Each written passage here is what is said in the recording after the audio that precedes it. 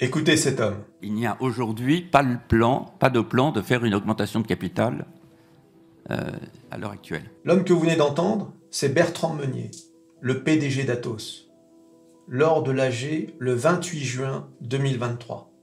Il annonce il n'y a pas à l'ordre du jour d'augmentation de capital.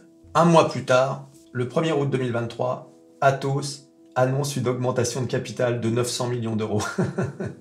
Bertrand Meunier, c'est le PDG d'Atos, mais il n'est pas arrivé avant-hier chez Atos. Il était déjà là lorsqu'il y avait Thierry Breton. Vous vous souvenez de Thierry Breton, qui est parti en 2019.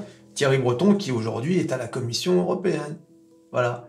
Qui aujourd'hui nous explique qu'il s'occupe du cloud européen et que le cloud européen c'est très important. Alors qu'à l'époque d'Atos, Thierry Breton n'y croyait pas une seconde au cloud.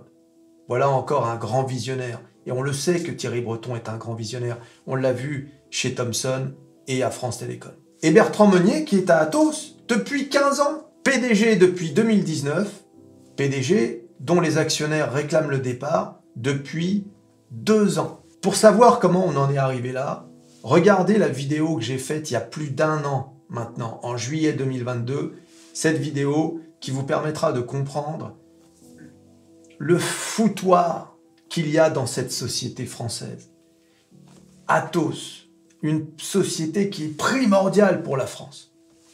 Je vais vous expliquer en quoi elle est primordiale. C'est au moins la 4e ou 5e vidéo que je fais sur Atos, et depuis malheureusement, rien ne va plus. Et pourquoi cette nouvelle vidéo ? Parce que Mediapart a révélé qu'il y avait eu une plainte, et alors cette fois-ci ça commence à devenir sérieux, parce que c'est une plainte pour corruption de la part du fonds AlixPM, qui est un actionnaire minoritaire d'Atos, qui détient à peu près 1%. Donc ils ont déposé une plainte contre X pour corruption active et passive auprès du PNF, le parquet national financier. La plainte vise 2 dirigeants d'Atos, mandataires sociaux chargés de négocier la cession de Tech Foundation avec Daniel Kretinsky, qui leur a promis dans le même temps un généreux plan d'intéressement pour continuer de travailler avec lui. Ces 2 dirigeants d'Atos, qui sont visés par la plainte, sont Nourdine Biman, l'actuel directeur général de Tech Foundation, et Diane Galbe, directrice de la stratégie, de la RSE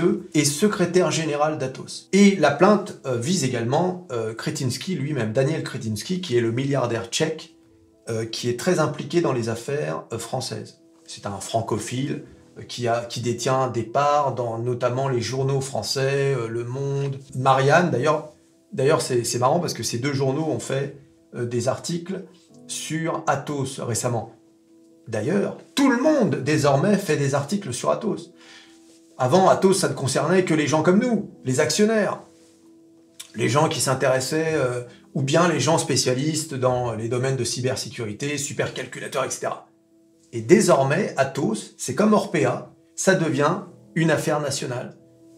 Les sénateurs et les députés commencent à s'en emparer. D'ailleurs, c'est un politicien des Républicains qui a révélé l'affaire au grand jour, c'est-à-dire qui a mis l'accent sur le fait que Atos allait vendre sa branche d'infogérance à Daniel Kretinsky. Voilà, donc cette affaire commence à sentir le scandale d'État, d'accord ?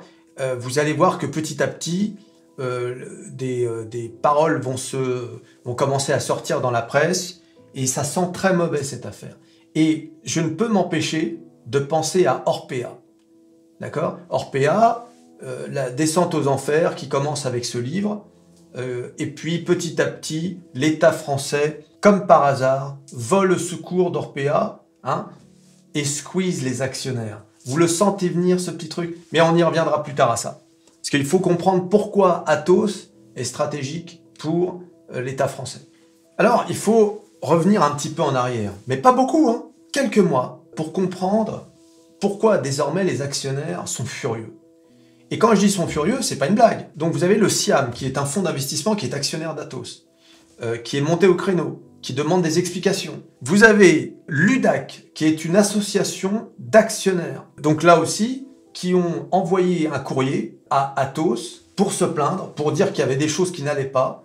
On va voir lesquelles. Et vous avez donc le fonds AlixAM qui a porté plainte, et plainte qui a été révélée donc par Mediapart. Donc, ça bouge. Et vous avez les politiciens qui s'en mêlent, Les militaires, pourquoi les militaires? Parce que Eviden a des supercalculateurs qui servent à simuler les explosions nucléaires. D'accord? Donc, c'est pour ça que je vous disais que Atos était stratégique pour l'État français. Supercalculateur, la cybersécurité, ça concerne également l'État français, la DGSE, les militaires, etc., pour se battre contre les attaques venues de l'étranger. Et le cloud. Le cloud, si personne n'a compris encore que c'était primordial pour la souveraineté, c'est-à-dire la conservation des datas, pour pas que ça aille aux États-Unis ou en Chine ou je ne sais où, là aussi, c'est vraiment quelque chose de stratégique pour l'État français. Donc, ça y est, tout le monde est concerné. L'affaire devient médiatique. On a des articles dans tous les journaux. Le Monde, Marianne, Les Échos, Tribune, etc., Libération. Tout le monde désormais. Avant, c'était principalement la presse économique. Et désormais, c'est comme avec Orpea. Ça y est, ça concerne tout le monde, quoi. Donc, pour les actionnaires que nous sommes, attention, danger. Pourquoi? Parce que partout où l'État français met sa patte, hein, eh bien, qu'est-ce qui se passe pour les actionnaires en général? On est squeezé. Vous verrez, je ne serais pas surpris que l'État français fasse tout son possible pour que l'action aille au plus bas, passe un accord avec les créanciers, fasse intervenir la banque d'investissement et le CDC, la CDC, c'est-à-dire la Caisse des dépôts, et comme avec Orpea, ils vont récupérer Atos à moindre frais et squeezer les actionnaires. Je le sens gros comme une maison, ce scénario. D'accord? Mais on n'en est pas encore là, et tout n'est pas perdu. Tout n'est pas perdu dans cette affaire, parce que beaucoup de gens interviennent, mais beaucoup de gens étaient aussi intervenus dans Orpea. Et souvenez-vous d'une chose, personne en France ne pleurera sur le sort des actionnaires. N'oubliez pas que nous sommes les personnes les plus détestées de ce pays. Personne n'ira pleurer sur les actionnaires. Les salariés perdent leur travail? Oui, là ça va pleurer. Une entreprise française qui est vendue à l'étranger? Oui, là ça va pleurer. Des actionnaires squeezés qui ont tout perdu? Alors là je vais te dire, tu marcherais dans les rues de France avec marqué « Je suis actionnaire », on te pisserait dessus. C'est à ce niveau-là de détestation. Il faut jamais l'oublier. C'est pour ça que les politiciens, quand ils squeezent des actionnaires dans des opérations financières, ils ne prennent absolument aucun risque, d'accord? Sur le plan électoral. Ah, parce que je te rappelle qu'il n'y a que ça qui les intéresse. Sur le plan électoral, ils ne prennent aucun risque. Au contraire, on va leur dire « Bravo, il y en a marre de ces rentiers qui foutent rien de la journée, Tu vois un peu comment ça marche? Eh oui, les amis! Donc, lors de cette présentation du 1er août, on apprend qu'Atos achève sa transformation avec le projet de vente de Tech Foundation, alors que, c'est marrant quand même de vouloir vendre une branche de sa société, alors que Nourdine Bouiman, donc qui est visé par cette plainte, disait lui-même sur BFM Business que Tech Foundation is back, et que la société a vraiment un futur brillant. Et pourquoi t'irais vendre un futur brillant? Écoutons-le. Je pense que le premier constat, c'est que Tech Foundation is back. On a pu remettre Tech Foundation sur le chemin du redressement. Extraordinaire! Donc pourquoi vendre Tech Foundation à Kretinsky? Pour quelle raison? Si Tech Foundation is back. D'autre part, Atos a publié un document qui se nomme Tech Foundation détaille son plan de recentrage, redressement et rebond et rehausse ses ambitions à moyen terme. Et on y apprend beaucoup de choses dans ce document. Compte tenu de ses performances récentes et de sa vision stratégique à long terme, Tech Foundation revoit à la hausse ses ambitions pour 2026. Le chiffre d'affaires devrait atteindre un plancher en 2024 à environ 5 milliards d'euros, combinant une croissance de 0 à 2% par an du chiffre d'affaires. La marge opérationnelle devrait atteindre 6 à 8% en 2026. Alors pourquoi vendre Tech Foundation à Kretinsky? Pour quelle raison? Si y a un tel plan qui se prépare. Voilà, bon, vous le voyez, tout ça, ça soulève des doutes. Le problème, ce qu'on reproche au management d'Atos, c'est son manque de communication et surtout sa non-transparence. On a du mal à comprendre ce qui se passe, hein, surtout depuis quelques mois. Donc dans un premier temps, on nous annonce qu'il n'y aura pas d'augmentation de capital. Un mois après, augmentation de capital. On nous annonce que Tech Foundation est is back, en pleine restructuration, on nous annonce un plan, etc. C'est extraordinaire. Bing!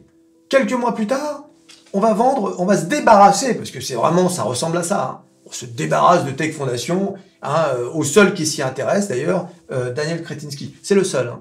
Personne ne s'intéressait à Tech Foundation. D'accord? On apprend qu'éventuellement certains dirigeants toucheraient donc un intéressement à cette transaction de plusieurs millions d'euros. Là, on parle de 15 millions pour l'une et 25 millions pour l'autre. Alors, je parle au conditionnel parce qu'il y a une plainte et donc on va laisser faire l'enquête. Mais c'est l'objet de la plainte, donc il faut quand même en parler. Et bien évidemment, si c'était le cas, ce serait un conflit d'intérêts incroyable. Atos nous explique, oui, mais c'est Kretinsky qui paierait, mais c'est pas le problème. Moi, si tu m'annonces que je vais toucher 25 millions d'euros si j'arrive à vendre Tech Foundation à Kretinsky, je vais avoir une grosse motivation. D'accord? Et quelque part, l'intérêt national, bon, comment t'expliquer? C'est pas que j'en ai rien à foutre, mais bon, c'est quand même 25 millions. Là, c'est l'euro million. Hein. D'accord? Donc, si c'est vrai toute cette histoire, il y a un conflit d'intérêt. Ensuite, la vente de Tech Foundation, même ça pose problème. Puisqu'on explique qu'on va laisser en besoin de fonds de roulement 1 milliard d'euros pour Daniel Kretinsky, pour la restructuration, et en échange, lui donnerait à Atos 100 millions d'euros. Donc, là encore, tout cela n'est pas clair. Il y a des manquements, justement, dans la communication. Ceux qui se sont spécialisés dans le dossier relèvent un manque de transparence dans ce dossier. D'accord? Et en fait, ce que veulent désormais les actionnaires, qui ont fait appel à l'AMF, ainsi qu'à la justice, veulent désormais pouvoir avoir accès à tous les documents. D'accord? Pour voir ce qui se passe. C'est une entreprise publique, hein. Enfin, publique dans le sens où c'est coté à la bourse.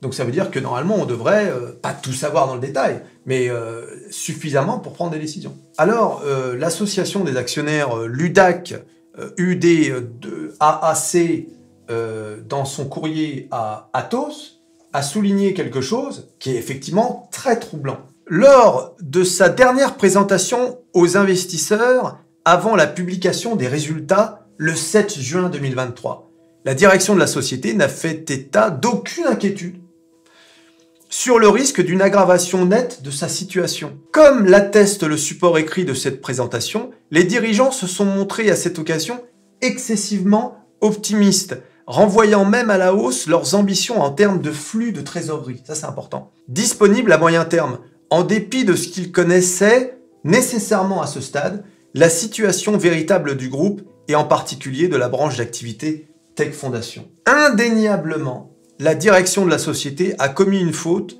refusant de faire un avertissement sur ses résultats. Vous savez que quand une société présente des résultats, enfin avant de présenter ses résultats, et qu'elle voit que les comptes ne vont pas du tout et que ça va pas s'arranger, d'ici la présentation, on fait ce qu'on appelle un profit warning.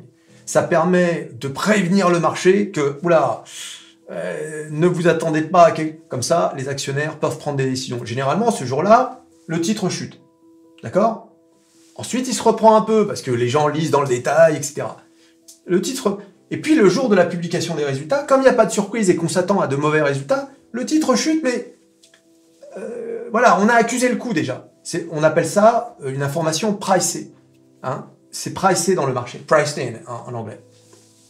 Sauf que quand une entreprise dit « tout va bien, ouais, on est bon », ou ne dit rien, et que le jour de l'annonce des résultats, bing, moins 1 milliard de flux de dans le flux de trésorerie, alors là, le marché, là on est à... Pour Atos, il y a eu du moins 50% en une semaine. Et le jour même de l'annonce, moins 20%. Mais moins 50% en une semaine, je sais pas si tu t'imagines. Le mec qui mettait des billes sur Atos, eh bien, bah tiens, moi par exemple, je suis rentré sur Atos aux alentours de 11,50. Eh bien regarde, j'ai perdu la moitié. Enfin, pas tout à fait la moitié d'ailleurs, parce qu'on est à peu près à 7 euros. Donc, mais j'ai quoi? Tu te rends compte? Tu rentres à 11,50 et tu es à 7 euros. D'accord?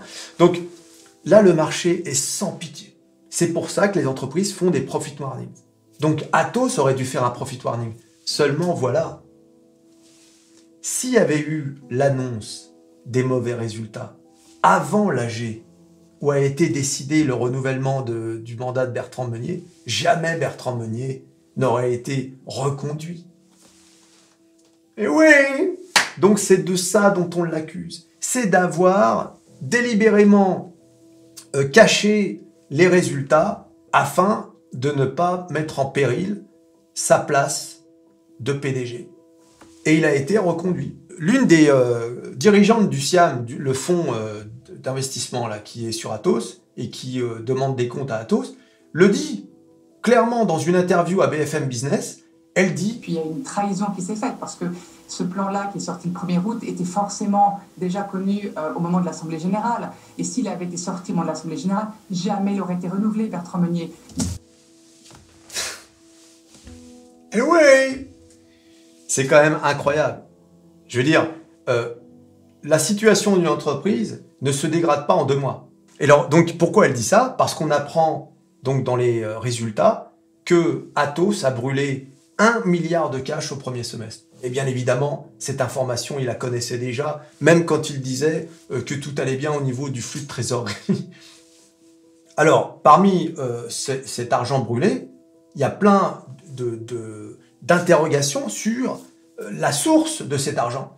On sait par exemple que le consulting pour préparer la scission entre Tech Foundation et Eviden, donc la branche cybersécurité, supercalculateur, etc., la branche qui intéresse tout le monde, beaucoup d'argent a été dépensé, notamment pour des cabinets comme, tenez-vous bien, McKinsey, la banque Rothschild, même JP Morgan aurait participé à ça, alors que JP Morgan est l'un des plus gros actionnaires d'Atos, avec presque 7%.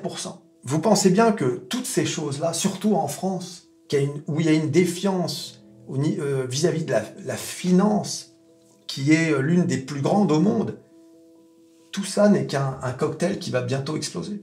D'accord? Donc là, ce qui se passe à Atos, c'est terrible. Si j'étais hors d'Atos, si j'étais pas actionnaire, je n'y rentrerais pas aujourd'hui. Est-ce que je vais vendre mes actions? Non. Ne serait-ce que parce que d'abord, j'ai pas une grosse position.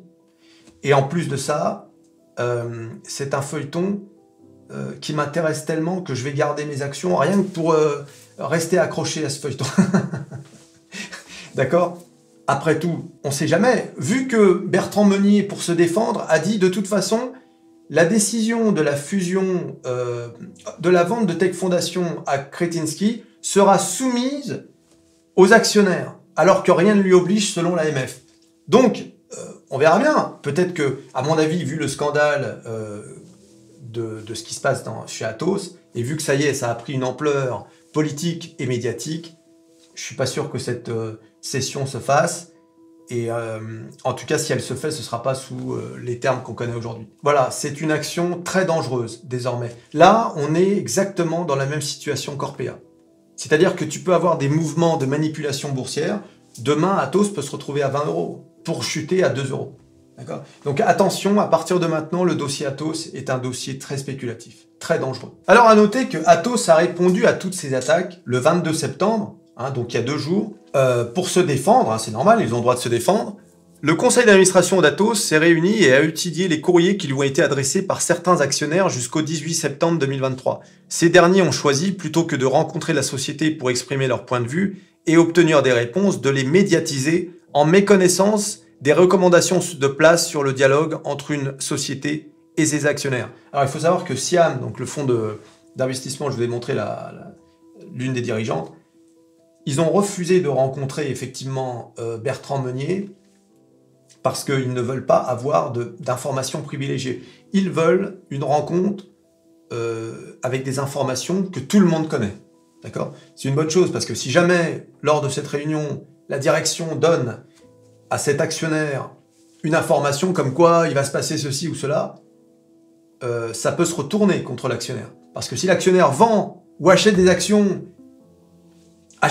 par exemple, et que le titre monte, on dira « Ah, ils ont eu un délit d'initié. » D'accord ? Donc, ils ont eu raison de refuser. Alors, Atos dit, donc ils répondent point par point, « Le projet de cession de Tech Foundation annoncé le 1er août 2023 permettrait de concrétiser dans les meilleures conditions possibles au regard des circonstances actuelles Alors qu'est-ce que ça veut dire ça, au regard des circonstances actuelles?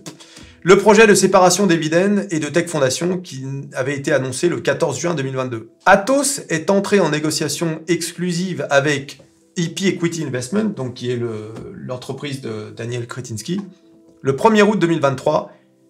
Le 1er août 2023. Il n'était pas possible d'annoncer plus tôt lors de l'Assemblée Générale le 28 juin 2023 ou lors de la communication sur les résultats du premier semestre le 28 juillet 2023, une entrée en négociation exclusive qui n'existait pas encore. Bon, là, ça sert à rien de spéculer. Pour savoir si c'est vrai, il faudrait une enquête. Pour savoir si effectivement, ça a commencé le 1er août, etc. D'accord? Mais bon, on va dire que j'ai du mal à y croire, mais bon, encore une fois, hein, comme on dit en justice, le doute doit toujours profiter à l'accusé. Et là, les actionnaires pourront dans ce cas se prononcer sur le projet de cession et les augmentations de capital liées sur la base d'une information blablabla. Et là, ils répondent sur l'augmentation de capital qui n'a pas été annoncée. Lorsqu'il a été fait référence lors de l'Assemblée Générale du 28 juin 2023 à une absence d'augmentation de capital, cela concernait la mise en œuvre du plan annoncé le 14 juin 2022, qui était le scénario sur lequel la société travaillait. Cette affirmation ne pouvait pas s'appliquer à un projet d'opération qui n'est devenu concret que le 1er août 2023. Donc en gros, Atos a décidé d'axer sa défense sur le fait que il y a eu un miracle qui s'est passé le 1er août 2023, et donc du coup tout ce qui s'est passé auparavant, on oublie. Voilà, c'est juste que voilà, si on a changé un peu les termes, hein, comme disent les jeunes, les termes, eh bien c'est parce que le 1er août 2023, on a commencé la négociation exclusive avec Daniel Kretinsky. À mon avis, les actionnaires vont pas être convaincus de cette explication. Bon, alors après, il y a les menaces. Hein. Dans ces conditions, la mise en cause récente personnelle de dirigeants et d'administrateurs est injuste et injustifiée. En particulier, le projet de management package, ça c'est ce qui concerne les deux dirigeants qui font l'objet d'une plainte, qui a été proposé à l'ensemble de la future équipe dirigeante de Tech Foundation et non à certains dirigeants uniquement, est habituel dans ce type d'opération. En outre, ce management package serait supporté exclusivement par EP Equity Investment si l'opération se concrétise. Et alors, là, ils accusent donc toutes les personnes qui critiquent Atos de faire le jeu des vendeurs à découvert, c'est-à-dire ceux qui shortent le marché. Ceux qui shortent, ceux qui profitent de cette situation pour vendre à découvert Atos afin de se faire de l'oseille. C'est sûr qu'il y a des gens qui profitent de la situation. Tu m'étonnes. Moi, si j'étais un vendeur à découvert, je profiterais de cette situation. Quand tu as un merdier pareil dans une entreprise, il y a de l'oseille à se faire.